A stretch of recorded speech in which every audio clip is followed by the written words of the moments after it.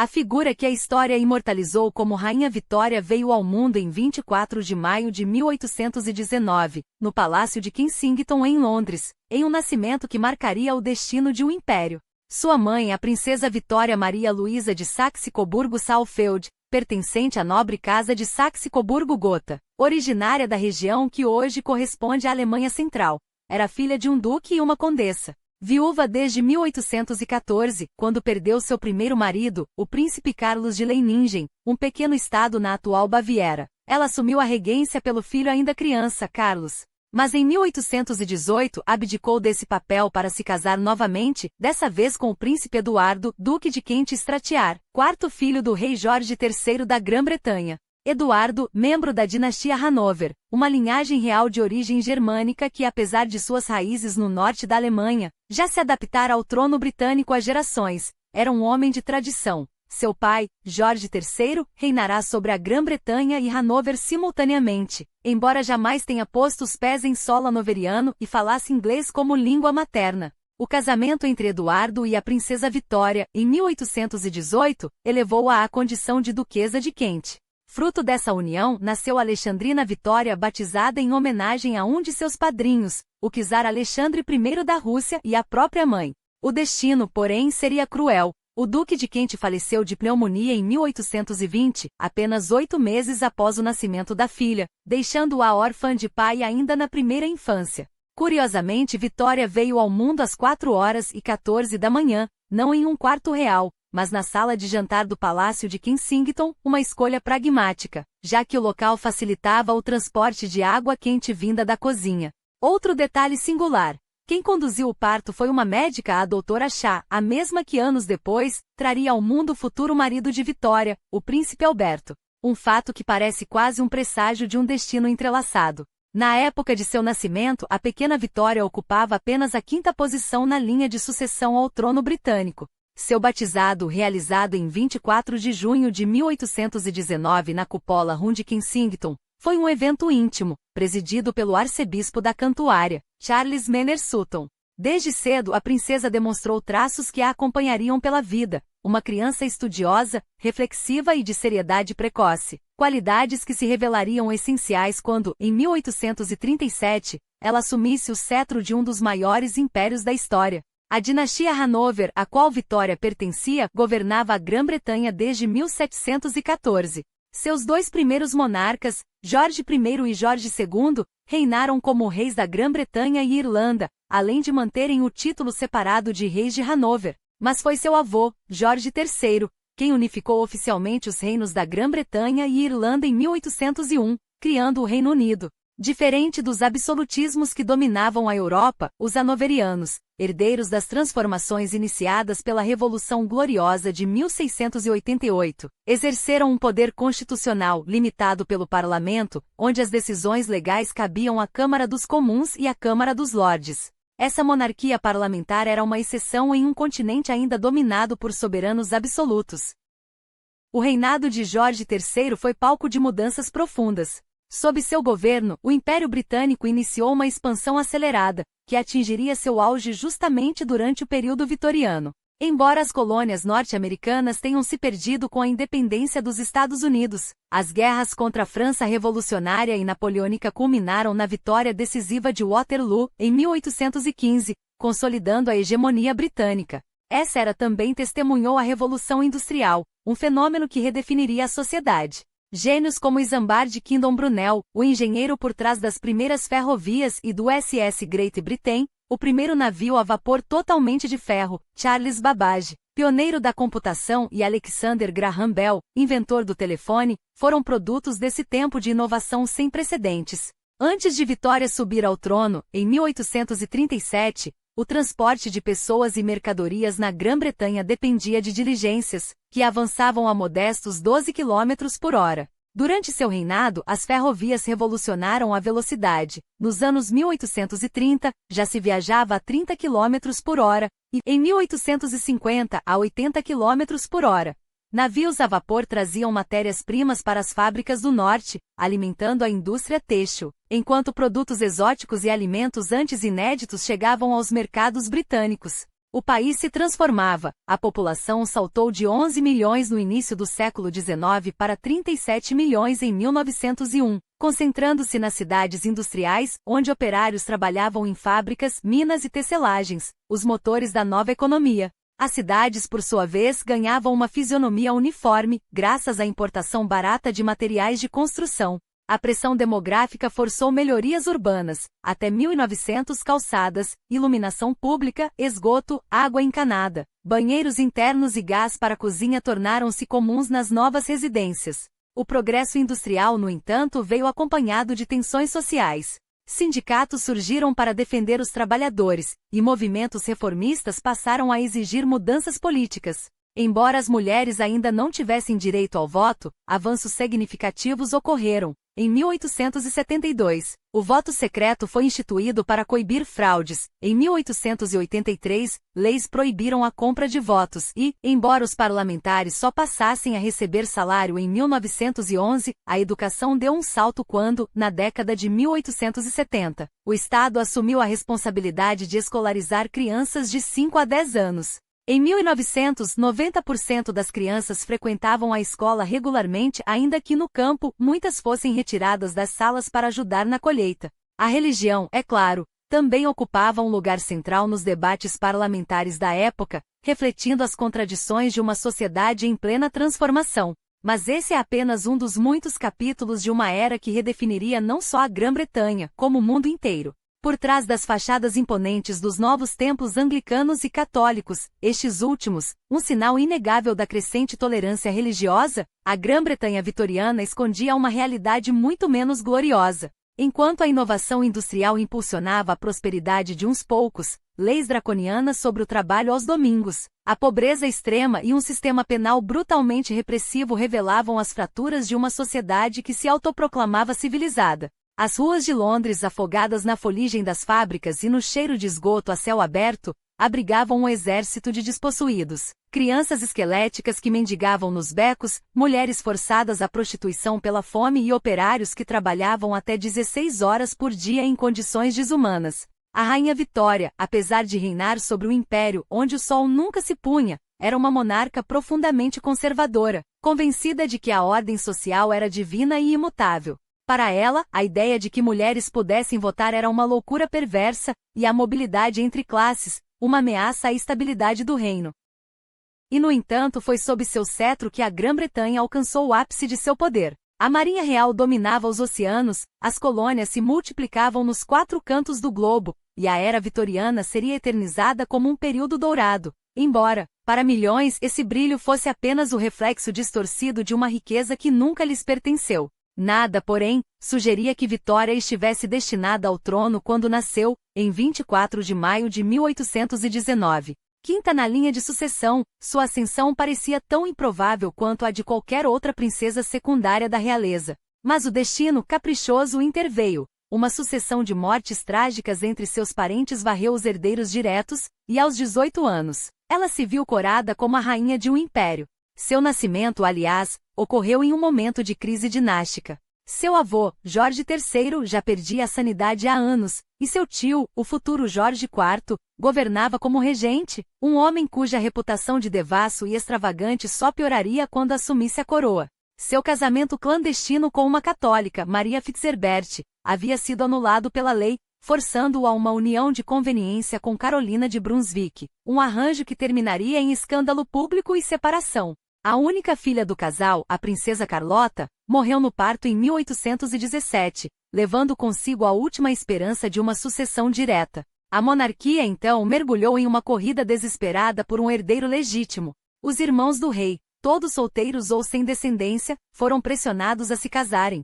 Frederico, duque de York, já estava casado, mas sua união com Frederica Carlota da Prússia era estéril. Guilherme, duque de Clarence, futuro Guilherme IV, abandonou sua amante de longa data para desposar Adelaide de Saxe-Meiningen, um sacrifício que, no entanto, não resultaria em filhos vivos.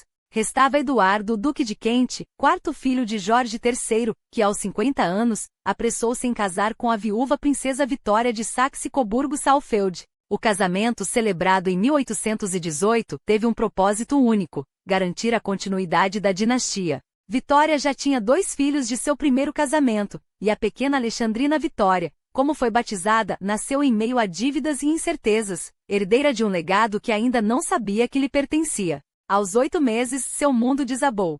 Seu pai, Eduardo, morreu subitamente em janeiro de 1820, deixando a família à mercê de credores e sob a sombra de Sir John Conroy, um ambicioso ex-oficial da artilharia real que se autoproclamou protetor da viúva e da criança. A Duchess de Kent, mãe de Vitória, dependia cada vez mais de Conroy, não apenas por sua influência, mas por suas limitações com o inglês, que a tornavam vulnerável às manipulações do cortesão. Ele via na jovem princesa uma peça-chave para seus planos. Se Vitória subisse ao trono antes dos 18 anos, sua mãe seria nomeada regente e Conroy, o verdadeiro poder por trás do trono. Assim nasceu o sistema Kensington, um regime de isolamento e controle que transformou a infância de Vitória em uma prisão dourada.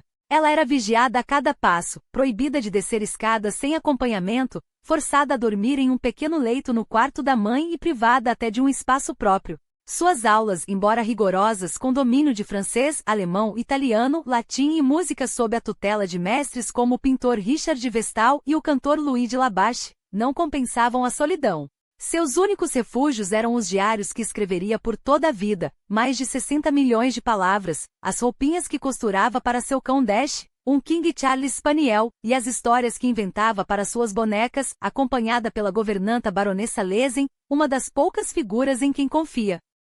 Vitória lembraria mais tarde daquele período como demoralizante e opressivo, mas historiadores sugerem que sua memória pode ter sido distorcida pelo ressentimento posterior. Cartas e registros revelam uma mãe que, apesar de controladora, a mimava com presentes e carinhos, uma contradição que só torna sua infância mais trágica. Afinal, o que é mais cruel do que ser amada e ainda assim sentir-se aprisionada? O que Conroy e a duquesa não previam, no entanto, era que aquela educação asfixiante, destinada a criar uma rainha dependente, acabaria por forjar uma mulher de vontade inquebrantável. Ao mantê-la afastada da corte e de seus tios impopulares, eles, sem querer, garantiram que Vitória não carregasse o estigma dos escândalos de Jorge IV ou Guilherme IV. Quando finalmente assumisse o trono, ela o faria não como uma marionete, mas como uma soberana determinada a reescrever as regras do jogo, mesmo que, para isso, tivesse que enterrar para sempre a menina solitária que um dia foi.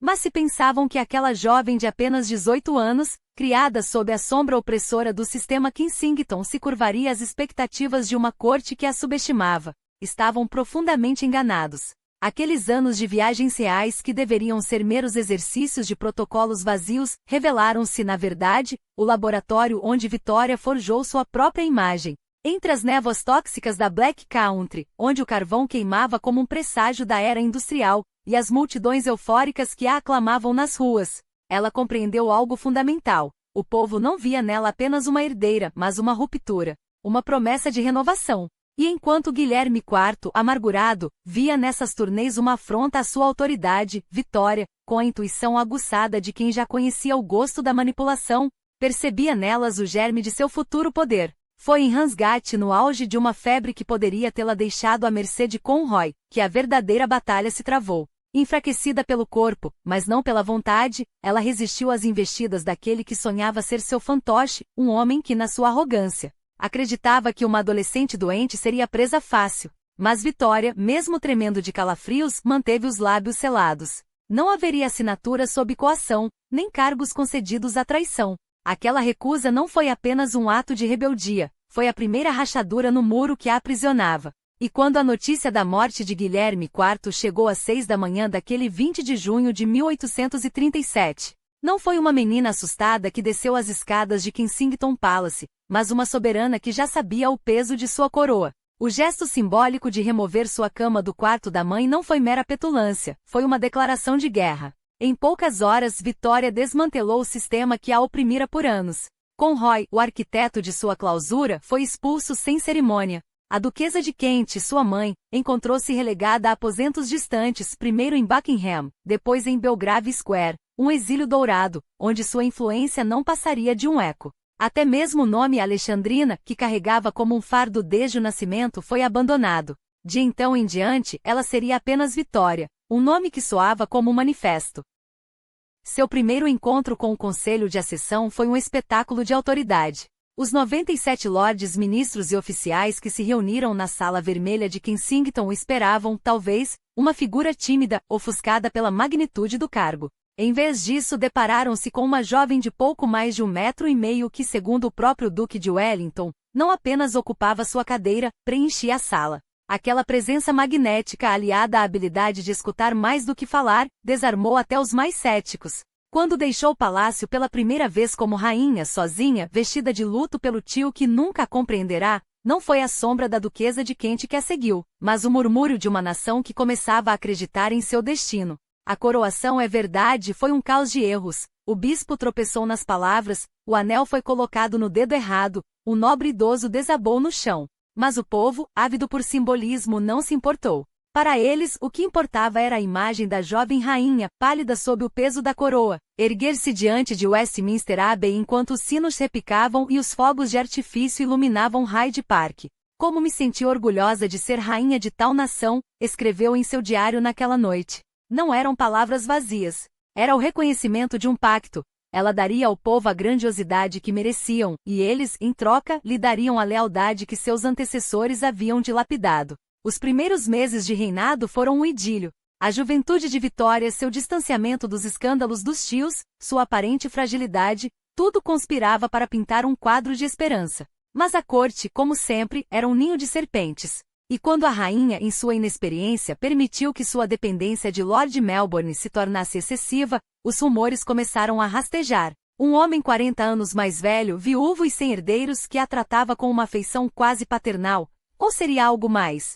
A corte sussurrava. O povo especulava. Melbourne, por sua vez, parecia genuinamente encantado por aquela jovem que, contra todas as probabilidades, governava com uma mistura de teimosia e graça. Ele é afeiçoado a mim como seria um filho, se tivesse um, escreveu Vitória, ignorando, ou fingindo ignorar, as insinuações. Mas 1839 traria a prova de fogo. O caso de Lady Flora Hastings, uma dama de companhia da duquesa de Kent, explodiu como um escândalo capaz de manchar sua reputação. Os boatos de que Flora carregava um filho ilegítimo de Conroy, alimentados pela hostilidade que Vitória nutria por ambos, espalharam-se como fogo em palha seca. A rainha, convencida da culpa, exigiu provas. Flora, humilhada, recusou-se a submeter-se a um exame médico, até que a pressão a forçou a ceder. A verdade, quando veio, foi cruel. Não havia gravidez, apenas um tumor no fígado que a consumia. Flora morreu poucos meses depois e a opinião pública, que antes aplaudia a vitória, começou a murmurar. A rainha, tão rápida em julgar, tão implacável em sua vingança contra Conroy, teria ido longe demais?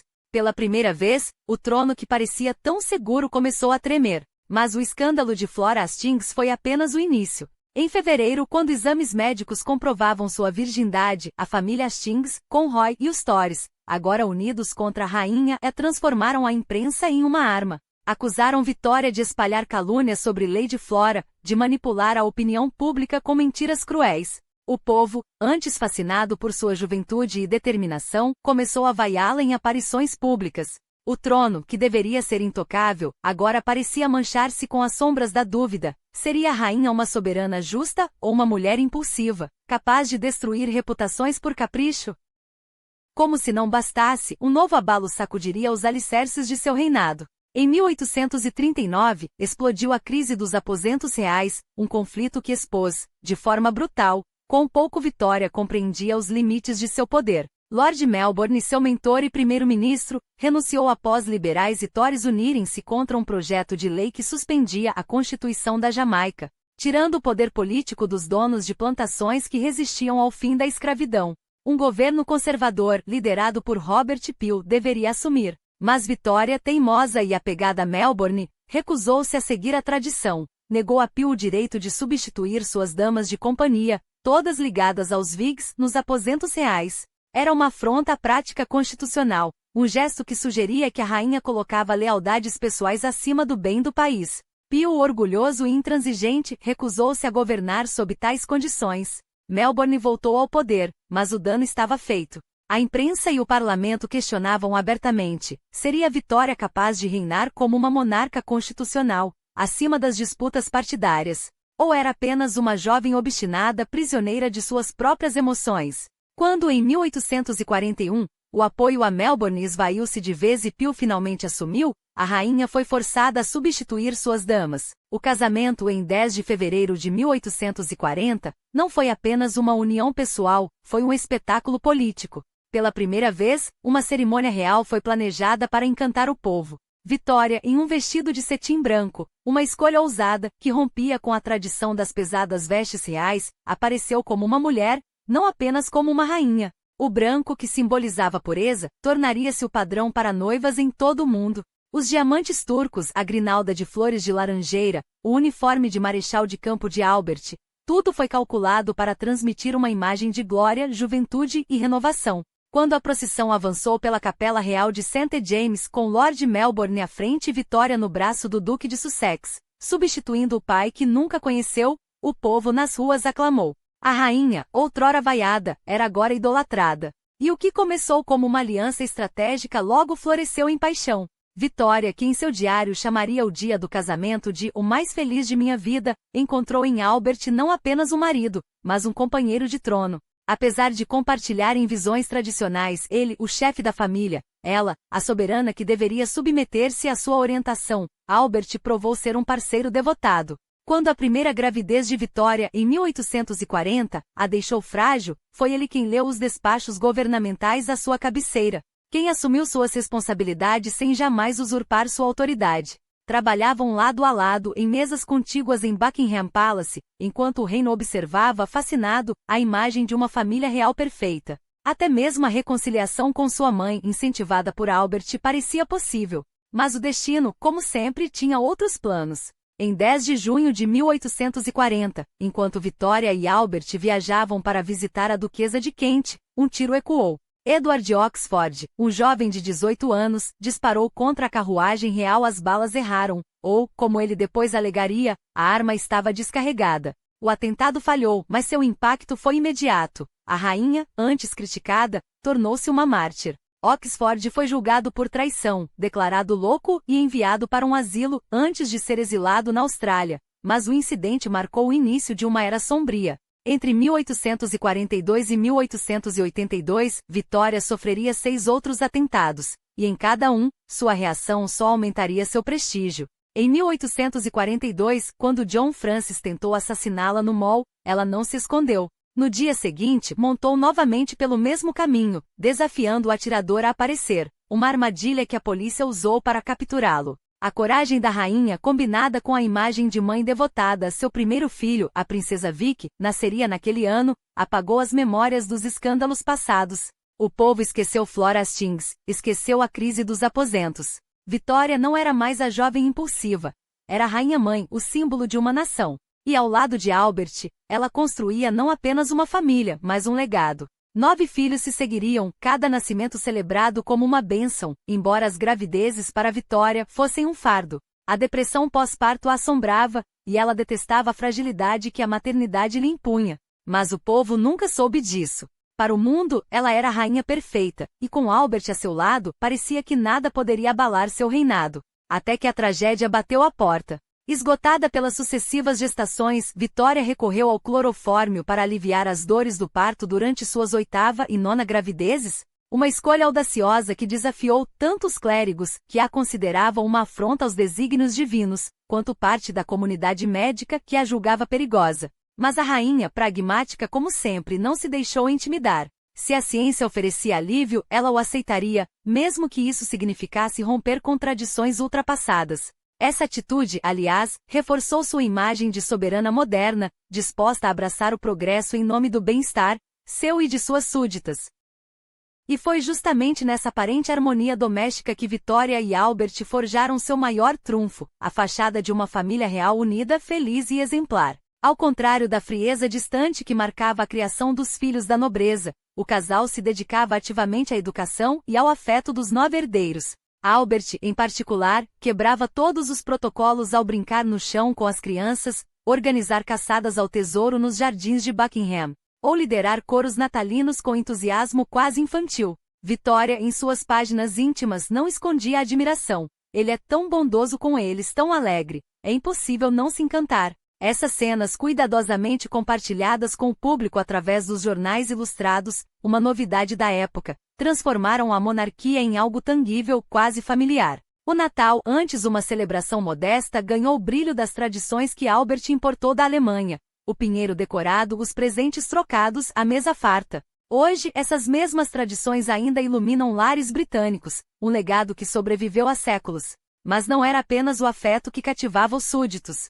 Vitória, com sua austeridade calculada, encarnava os valores da emergente classe média, moral inquebrantável, prudência financeira e devotamento à família. Enquanto seus antecessores afundavam a coroa em dívidas com extravagâncias, ela pagou as contas deixadas pelo pai. Reduziu despesas supérfluas e manteve um palácio surpreendentemente simples para uma rainha. Cada libra economizada era um golpe contra a imagem de uma monarquia parasitária. E cada fotografia da família reunida, cada relato de Albert lendo para os filhos ou ensinando-os a montar a cavalo, era um investimento em capital político. O povo via neles não apenas governantes, mas um espelho de suas próprias aspirações, uma casa ordenada, um casamento sólido, filhos bem educados. A genialidade de Albert, porém, ia além das paredes do palácio. Ele compreendeu, antes de muitos, que o poder não se exercia apenas nos salões do governo, mas também na opinião pública.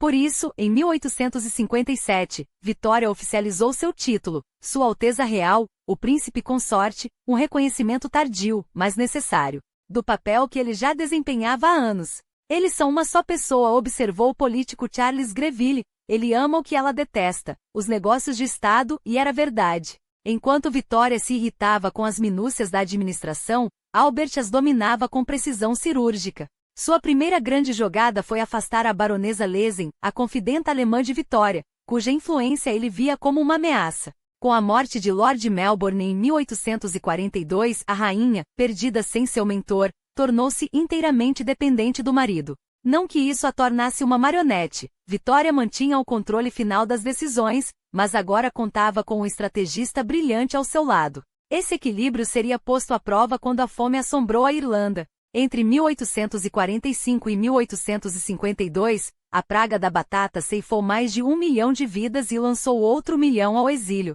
A rainha da fome, como foi chamada, tornou-se alvo de ódio e desespero. Mas a história que se perpetuou, a de que Vitória doou apenas 5 libras aos irlandeses, a mesma quantia dada a um abrigo de cães no mesmo dia, é uma calúnia cruel. Na realidade, ela contribuiu com 2.000 libras de seu próprio bolso para a British Relief Association, o equivalente a milhões hoje. Apoiou a revogação das Corn Laws que encareciam os grãos e, ignorando a oposição protestante, aumentou a verba para o St. Patrick's College, um seminário católico em ruínas. Sua visita à Irlanda em 1849, quando o pior já havia passado, foi recebida com cautelosa esperança. Mas o dano estava feito. O nacionalismo irlandês, alimentado pela dor, já não se apaziguaria com gestos. Enquanto a crise irlandesa expunha as fraturas do império, Albert olhava para além das fronteiras. A Europa em ebulição era um tabuleiro onde cada aliança poderia definir o futuro. Vitória, a primeira monarca britânica a pisar em solo francês desde Henrique VIII, rompeu séculos de desconfiança ao visitar Luís Felipe em 1843 e 1845. O gesto foi retribuído em 1844, quando o rei francês cruzou o canal, um evento histórico que selou, ainda que brevemente, uma era de diplomacia pessoal. Quando a Revolução de 1848 derrubou Luís Felipe, foi a Inglaterra que ele buscou refúgio, prova de que, apesar das turbulências, a monarquia britânica ainda era vista como um porto seguro. Mas foi em 1851 que Albert provou seu gênio visionário. A Great Exhibition, sua obra-prima, não foi apenas uma feira de curiosidades tecnológicas, foi um manifesto do poder britânico, uma celebração do comércio, da indústria e da inovação que colocou a Grã-Bretanha no centro do mundo.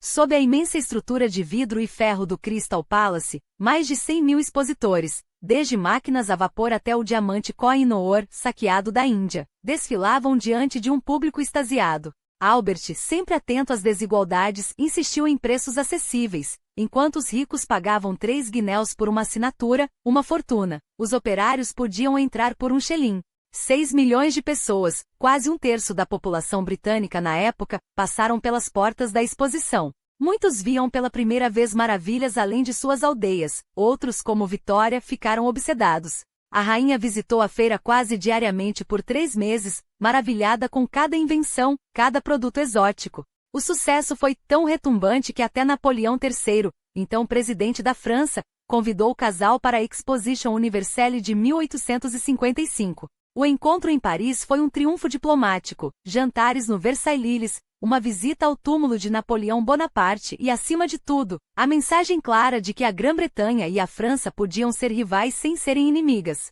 Mas nem todas as apostas de Albert deram certo. Sua maior ambição, moldar a Europa através dos laços familiares, revelaria-se um jogo perigoso. Em 1858, sua filha primogênita, Vicky, casou-se com o príncipe Frederico Guilherme da Prússia, herdeiro do trono alemão. Albert sonhava que a educação liberal da filha transformaria a Prússia em uma monarquia constitucional ao estilo britânico. Subestimou, porém, a força do conservadorismo prussiano e a astúcia de Otto von Bismarck. Vicky, com suas ideias progressistas e maneiras tão britânicas, tornou-se uma estranha em Berlim, criticada pela corte, odiada pelos nacionalistas e, eventualmente, traída pelo próprio marido. O casamento que deveria unir nações só aprofundou divisões, e a filha que Albert mais amava pagaria o preço por suas ilusões. Ainda assim, o casal real persistiu em tecer sua teia de alianças. Através dos 9 filhos e 42 netos, Vitória e Albert emparentaram-se com quase todas as casas reais da Europa. Tronos da Alemanha à Romênia, da Rússia à Espanha, passaram a ter sangue britânico, ou mais precisamente coburguense, já que a dinastia de Albert, o Saxe-Coburg-Gotha, agora se entrelaçava com o destino do continente. Era um império não de territórios, mas de laços. Um império que, ironicamente, seria abalado pela mesma força que o criou, a ambição de uma família que acreditava poder domar a história. Não bastava tecer uma teia de alianças reais pela Europa, Vitória e Albert haviam, sem querer, plantado também as sementes de sua própria ruína. Cada casamento de seus 9 filhos era um nó em uma rede que, em teoria, deveria unificar o continente, mas que, na prática, transformou-se em uma armadilha mortal.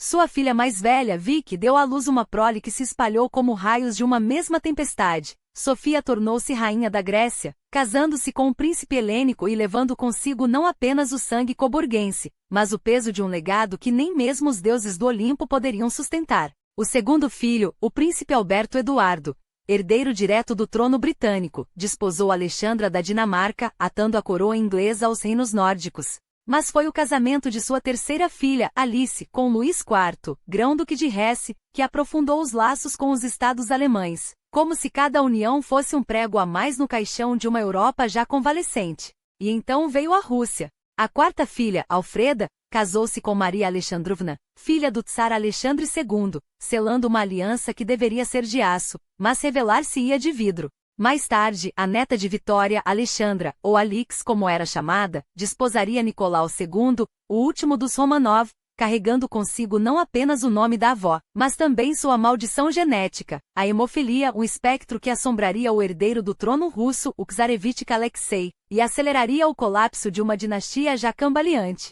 Enquanto isso, Helena, a quinta filha, uniu-se a Cristiano de Schleswig-Holstein, reforçando ainda mais os vínculos germânicos, como se a rainha não tivesse aprendido que excesso de parentesco é o veneno das monarquias. Mas foi Louise, a sexta filha, quem ousou quebrar o padrão. Em um gesto que escandalizou a corte, ela desposou John Campbell, marquês de Lorne e futuro duque de Argyll, um comoner, ainda que nobre. Vitória surpreendentemente apoiou a união, talvez cansada de ver seus filhos transformados em peões geopolíticos, ou talvez porque até ela, a arquiteta desse jogo de tronos, começava a pressentir o cheiro de podridão por trás de tanta estratégia. O público, temeroso de mais um casamento alemão, aplaudiu. O primeiro-ministro de Israel, mestre em manipular símbolos, viu ali uma oportunidade de humanizar a coroa. E assim, pela primeira vez, a rainha permitiu que o amor, ou algo parecido, interferisse em seus cálculos. Arthur, o sétimo filho, militar até a medula, casou-se com Luísa Margarida da Prússia, reafirmando os laços com Berlim. Leopoldo, o oitavo, uniu-se a Helena de Waldeck-Pyrmont, outro estado alemão, mas sua vida foi ceifada pela mesma hemofilia que ele, sem saber, ajudara a espalhar. Sua morte precoce aos 30 anos foi um presságio sombrio. O sangue que deveria unir a Europa estava, na verdade, envenenando-a. E então veio Beatriz, a caçula, a última peça desse tabuleiro. Órfã de pai aos 4 anos, ela foi mantida ao lado da mãe como uma relíquia viva de Albert, uma companhia que Vitória se recusava a compartilhar com o mundo. Quando, aos 27 anos, Beatriz finalmente ousou amar o príncipe Henrique de Battenberg, a rainha resistiu por meses, como se soltar a filha significasse perder também o último fio que a ligava ao passado. Mas o tempo, implacável, venceu. Beatriz casou-se e sua filha, Vitória Eugênia, levaria o gene maldito para a Espanha, selando o destino de mais uma dinastia. No papel, era um sucesso retumbante, 9 filhos, 42 netos, uma rede de alianças que fazia da Europa uma grande família. Na realidade, era uma bomba relógio. Quando a Primeira Guerra irrompeu, 3 de seus descendentes diretos ocupavam tronos rivais, Jorge V da Grã-Bretanha, Nicolau II da Rússia e Guilherme II da Alemanha, primos unidos por laços de sangue e separados por ambições que nenhum casamento poderia conter. O sonho de Vitória e Albert, uma Europa pacificada pela consanguinidade, desabou em trincheiras, gás mostarda e milhões de mortos. O império que construíram não foi de paz, mas de conflitos adormecidos, aguardando apenas o estupim certo para explodir. E o estupim veio antes mesmo da guerra. Em 1861, a morte de sua mãe, a Duquesa de Kent, reabriu feridas que Vitória julgava cicatrizadas. Entre os papéis deixados pela falecida, a rainha descobriu cartas que revelavam um amor materno que nunca soubera existir, ou que, em sua dor, escolhera ignorar. O golpe foi brutal, mas nada comparado ao que viria 3 semanas depois. Albert, seu rocha, seu conselheiro, seu único refúgio, adoeceu de febre tifoide. Em 14 de dezembro, com apenas 42 anos, ele morreu. E com ele morreu também a mulher que Vitória havia sido.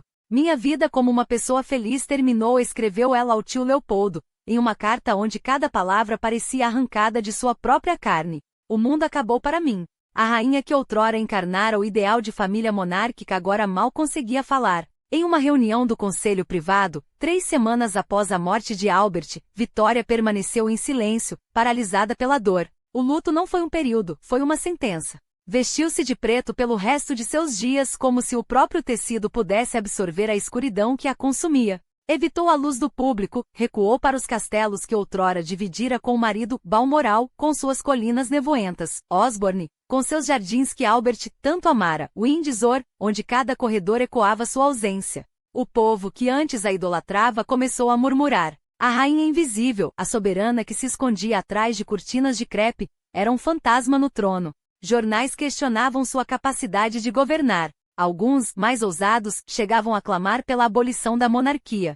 Médicos sussurravam sobre sua sanidade. Vitória, outrora a imagem da respeitabilidade vitoriana, tornará-se um símbolo de decadência, uma mulher obesa, reclusa, obcecada pela memória de um homem que o mundo já começava a esquecer. Seus filhos, sufocados por sua dor, rebelavam-se ou murchavam sob seu controle. A imagem da família perfeita, tão cuidadosamente cultivada, desmoronava. Foi preciso uma intervenção quase desesperada para arrastá-la de volta à vida. Seu tio Leopoldo, disse ele, e até seus próprios filhos conspiraram para forçá-la a reaparecer. Em 1880, após 2 décadas de luto autoimposto, Vitória finalmente cedeu. Visitou os jardins da Sociedade Hortícola Real em Kensington. Permitiu-se ser vista em uma carruagem aberta pelas ruas de Londres. Mas não foram os apelos da família nem as manobras políticas que a salvaram. Foram 2 homens, um escocês rústico e um indiano discreto, que contra todas as probabilidades, conseguiram penetrar a fortaleza de sua dor. John Brown, o irlandês de fala franca, entrou em sua vida em 1861 como um servo e tornou-se seu confidente, seu protetor, talvez até seu último laço com a humanidade. A corte o detestava, a imprensa especulava sobre um casamento secreto, os rumores diziam que ele a tratava com uma familiaridade escandalosa. Vitória não ligava. Brown era o único que a via não como uma rainha, mas como uma viúva, e isso, para ela, valia mais que todos os protocolos do mundo. Foi ele quem a convenceu, em 1866, a retornar ao parlamento pela primeira vez desde a morte de Albert. Foi ele quem esteve ao seu lado quando ela, contra todas as expectativas, apoiou a reforma eleitoral de 1867, estendendo o voto a milhões de trabalhadores urbanos. Brown morreu em 1883, e dizem que Vitória chorou como não chorava desde 1861. Mas se Brown foi seu salvador, Abdul Karim foi sua redenção.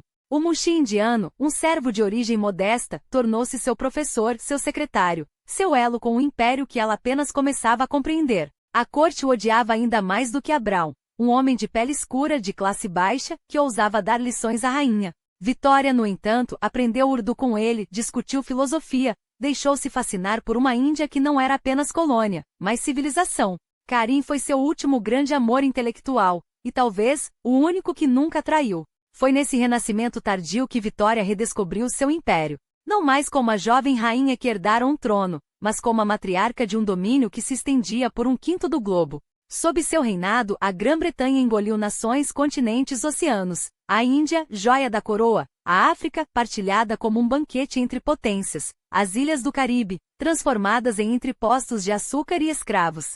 Entre 1815 e 1914, 400 milhões de almas e 10 milhões de milhas quadradas foram incorporados ao império, a maioria sob seu cetro. Ela que um dia sonhara unificar a Europa pelo sangue, terminou seus dias governando um império onde o sol jamais se punha. Mas mesmo esse esplendor tinha seu preço. O império que a engrandecia era o mesmo que a isolava. A mulher que outrora chorara pela perda de um marido agora reinava sobre um mundo onde milhões choravam pela perda de suas terras, suas línguas, suas vidas. E quando, em 1901, Vitória finalmente fechou os olhos para sempre, não foi apenas uma era que terminou. Foi o último suspiro de um mundo que ela mesma ajudara a criar e a destruir. O reinado de Vitória não foi construído com rosas, mas com sangue derramado em terras distantes. Enquanto a Europa desfrutava de uma paz relativa, os conflitos do Império Britânico ardiam nos confins do mundo, na neve encharcada de Crimeia, onde a primeira Cruz Vitória foi concedida a soldados comuns por atos de bravura que o próprio Império exigia, nos desertos do Afeganistão, onde a ambição britânica esbarrava na resistência de um povo que se recusava a curvar-se, nas colinas da Índia, onde o brilho dos canhões britânicos apagava dinastias centenárias, nas savanas da África, onde Zulus Ashantis caíam sob o peso de um progresso que lhes era imposto à força. Vitória não era ingênua quanto ao custo desse império. Ao contrário, ela o abraçava. A expansão não era uma opção, mas uma necessidade estratégica, um mal necessário para manter a Grã-Bretanha no trono do mundo. Se queremos nos manter como potência de primeira classe, devemos estar preparados para ataques e guerras em algum lugar, advertia, enquanto assinava decretos que enviavam jovens soldados para morrerem em nome de uma civilização que eles mal compreendiam.